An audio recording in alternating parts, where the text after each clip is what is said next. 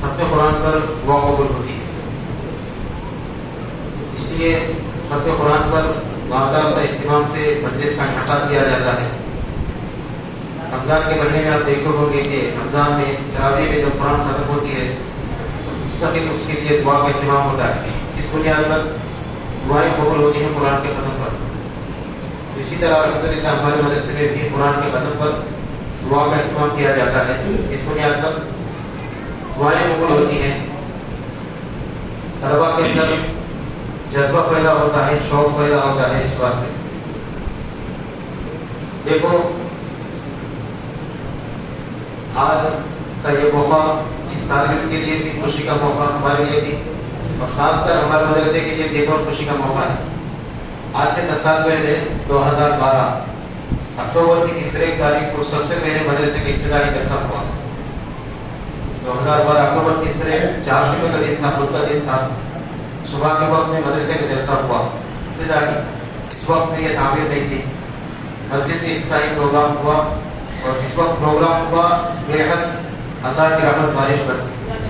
جب تک مجلس ختم نہیں ہوئی اس وقت تک بارش ہوتی تھی، ظہر کی نماز تک لگاتار بارش۔ پروگرام ہمارا صبح کے 10 بجے سے 1 بجے تک تھا، اور پورا پروگرام ہوتا رہا، بارش ہوتی تھی۔ دعا ختم ہوئی، بارش بھی ختم ہو گئی، پھر ظہر کے بعد میں جو ہے کھانا کھانے کے لیے سہولت ہوگی۔ آج سے تقریباً برابر 10 سال پہلے، برابر 10 سال ہو رہے ہیں، تو اس موقع سے آج یہ دعا کی بچت رکھی ہے۔ اور الحمدللہ پچھلے 10 سالوں میں پرسنٹیج کے حساب سے، سالانہ 3 بچوں کے حساب سے الحمدللہ 30 بچے حافظ قرآن ہوئے ہیں۔ یہ بچہ 30واں بچہ ہے جو قرآن ختم کر رہا ہے۔ یہ اس میں ہمارا کوئی کمال نہیں ہے، صرف اور صرف اللہ تبارک و تعالیٰ کا فضل ہے اور بڑے لوگوں کی دعاؤں کی برکت ہے۔ ہمارا کوئی کمال نہیں ہے۔ 10 سال پہلے یہاں پر یہ بلڈنگ نہیں تھی، یہ مسجد ویران تھی، نہ یہاں اذان ہوتی تھی نہ نماز ہوتی تھی۔ آج الحمدللہ 10 سالوں میں اتنی بڑی محفل بھی بن گئی، اور اتنے اللہ کے بندے اور بندیاں مدرسے کی نسبت سے آنا جانا ہو رہا ہے، اور بچوں کا دور دراز سے بچوں کا آنا جانا ہو رہا ہے، اور بچے الحمدللہ قرآن پاک کی تعلیم حاصل کر رہے ہیں۔ یہ سب اللہ کے کرم سے ہو رہا ہے۔ تو میں جو قرآن کی دعائیں آپ کے سامنے پڑھا، اِنَّا أَنزَلْنَاهُ قُرْآنًا عَرَبِيًّا لَعَلَّكُمْ تَعْقِلُونَ۔ اللہ تبارک و تعالیٰ نے قرآن پاک کو جو نازل فرمایا ہے وہ عربی زبان میں نازل فرمایا۔ اور دوسری جو آیت پڑھا اس کا ترجمہ یہ ہے کہ اللہ فرماتے ہیں کہ ہم نے قرآن کو یاد کرنے کے لیے آسان بنا دیا، اور اس کی حفاظت ہم ہی کریں گے، اللہ تعالیٰ فرماتے ہیں ان آیتوں میں۔ محترم دوستوں بزرگوں، عجیب بات یہ ہے کہ قرآن پاک نازل جو ہوا وہ قریش کی لغت میں نازل ہوا۔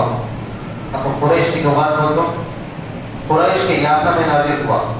عرب میں مکہ مکرمہ کے اندر جو خاندان آباد تھا اس خاندان کو خاندان قریش بولتے تھے، ان کے زبان کے اندر قرآن جو ہے نازل ہوا۔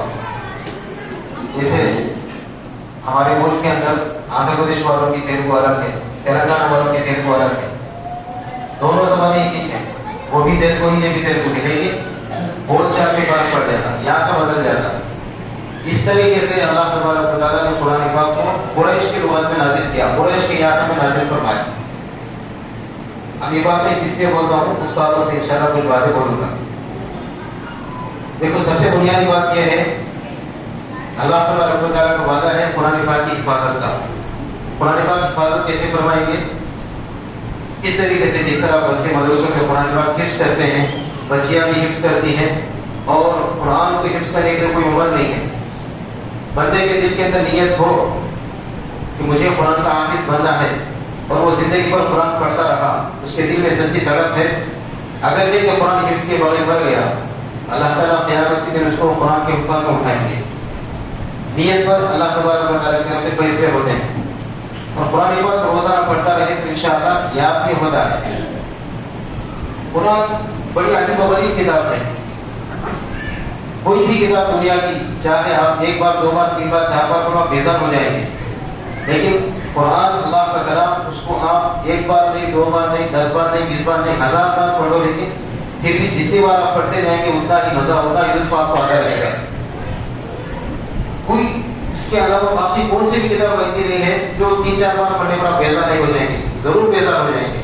لیکن اللہ کا کلام آپ روزانہ سنتے ہیں، نماز میں 3 دفعہ سنتے ہیں نمازوں میں، اور روزانہ پڑھنے پر پڑھنے کا آپ کو موقع ملتا ہے، پھر بھی جو ہے آپ کی طبیعت کے اندر کوئی مداحت، کوئی بیزاری نہیں ہوتی. اس سے معلوم کیا ہوا؟ یہ محض اللہ کا کرم ہے. یہ بچے فجر کی نماز سے پہلے اٹھتے ہیں، صبح اٹھتے ہی ضروریات سے فارغ ہو کر سب سے پہلے ان کے ہاتھ میں جو چیز آتی ہے وہ اللہ کا کلام آتا ہے. وہ اللہ کا کلام فجر سے پہلے بھی پڑھتے ہیں، فجر کے بعد بھی پڑھتے ہیں، ناشتے کے بعد بھی پڑھتے ہیں، ظہر کے بعد بھی پڑھتے ہیں، مغرب کے بعد، عشاء کے بعد پڑھتے پھرتے، لیکن کوئی بیزاری ان کو نہیں ہوتی. یہ اللہ کے طرف سے ہو رہا ہے. اللہ تعالیٰ حفاظت کیسے فرماتے ہیں؟ قلوب کے اندر، دلوں کے اندر قرآن کو محفوظ کر کے اللہ تعالیٰ جو ہے قرآن کی حفاظت فرماتے ہیں. حضرت عمر صدیق رضی اللہ تعالیٰ عنہ کے زمانہ خلافت میں، بلکہ مدنی محمد رسول اللہ صلی اللہ علیہ وسلم کے زندگی کے آخر میں ہی کتاب بھی تھا، اس کا نام تھا مسیلمہ کذاب. اس نے دعویٰ کیا کہ میں نبی ہوں. کیا دعویٰ کیا؟ میں نبی ہوں. پانی میں تھا.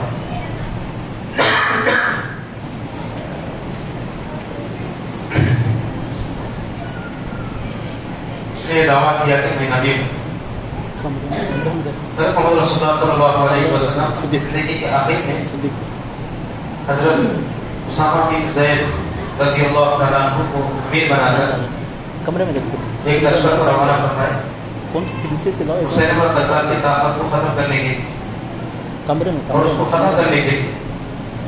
لیکن حالات کچھ ایسے بنے کہ وہ لشکر جو ہے روانہ نہیں، وہ روانہ ہوا، ابھی ایک ہی منزل پر پہنچا تھا کہ حضرت محمد رسول اللہ صلی اللہ علیہ وسلم دنیا سے چلے گئے. پھر ابوبکر صدیق رضی اللہ تعالیٰ خلیفہ بنے، اور ان کے زمانے میں ایک واقعہ ہوا. یمامہ ایک علاقہ ہے، اس جگہ پر یہ واقعہ ہوا کہ حضرت صحابہ اکرام کا لشکر گیا مسیلمہ کذاب کو ختم کرنے کے لیے. ہوا یوں کہ اس لڑائی میں اس کے ذمہ دار حضرت خالد بن ولید رضی اللہ تعالیٰ، حضرت خالد بن ولید رضی اللہ تعالیٰ اس لشکر کے امیر تھے. تو لڑائی ہوئی، اس لڑائی میں مسیلمہ کذاب کو ختم ہو گیا. وہ تو ختم کر دیا گیا، لیکن مسلمانوں کی بہت بڑی تعداد جو ہے ختم ہو گئی. صحابہ اکرام تقریباً ایک روایت میں ہے کہ 700 صحابہ شہید ہوئے، اور ایک روایت میں ہے کہ 1200 صحابہ شہید ہوئے، اور ان میں خاص کر کفار کی بہت بڑی تعداد شہید ہو گئی. قرآن کے جو حافظ تھے، جن لوگوں نے صحابہ اکرام میں جنہوں نے قرآن کو حفظ کیا ہوا تھا، ان کی بہت بڑی تعداد جو ہے شہید ہو گئی. اس بنیاد پر حضرت عمر رضی اللہ تعالیٰ عنہ کے دل کے اندر ایک جذبہ، ایک بلبلہ پیدا ہوا کہ قرآن کے حفاظ اس طرح ختم ہوتے رہے تو قرآن کی حفاظت کرنے والا نہیں رہے گا. آئندہ چل کر قرآن الگ الگ جگہ پر رہے گا، لیکن قرآن ایک جگہ نہیں رہے گا.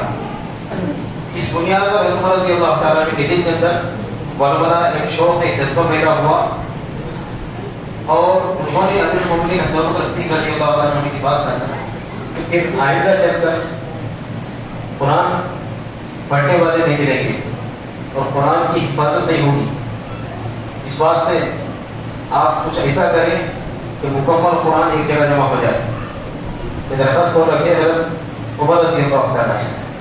ایک روایت میں آتا ہے زید بن ثابت رضی اللہ تعالیٰ کو حضرت ابوبکر صدیق رضی اللہ تعالیٰ بلایا. تو اس وقت میں حضرت عمر بن خطاب رضی اللہ عنہ وہاں بیٹھے ہوئے تھے.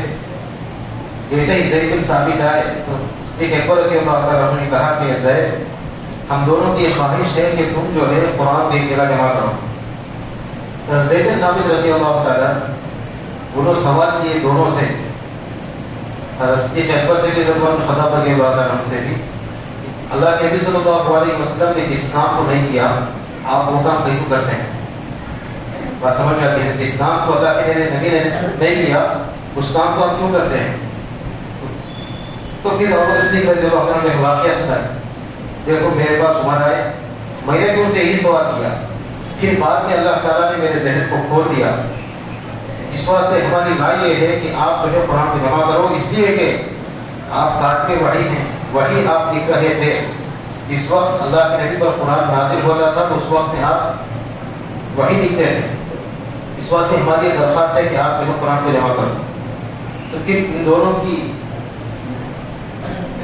شرح صدر پر دونوں کے سمجھانے کا جب زید ثابت رضی اللہ تعالیٰ قرآن پاک کو جمع کرنا شروع کی تو حالت یہ تھی کہ قرآن پاک جو ہے درخت کے پتوں پر لکھا ہوا تھا, پتھروں پر لکھا ہوا تھا, اور ہڈیوں پر لکھا ہوا تھا, چمڑے پر لکھا ہوا تھا, الگ الگ جگہ پر جو قرآن پاک لکھا ہوا تھا.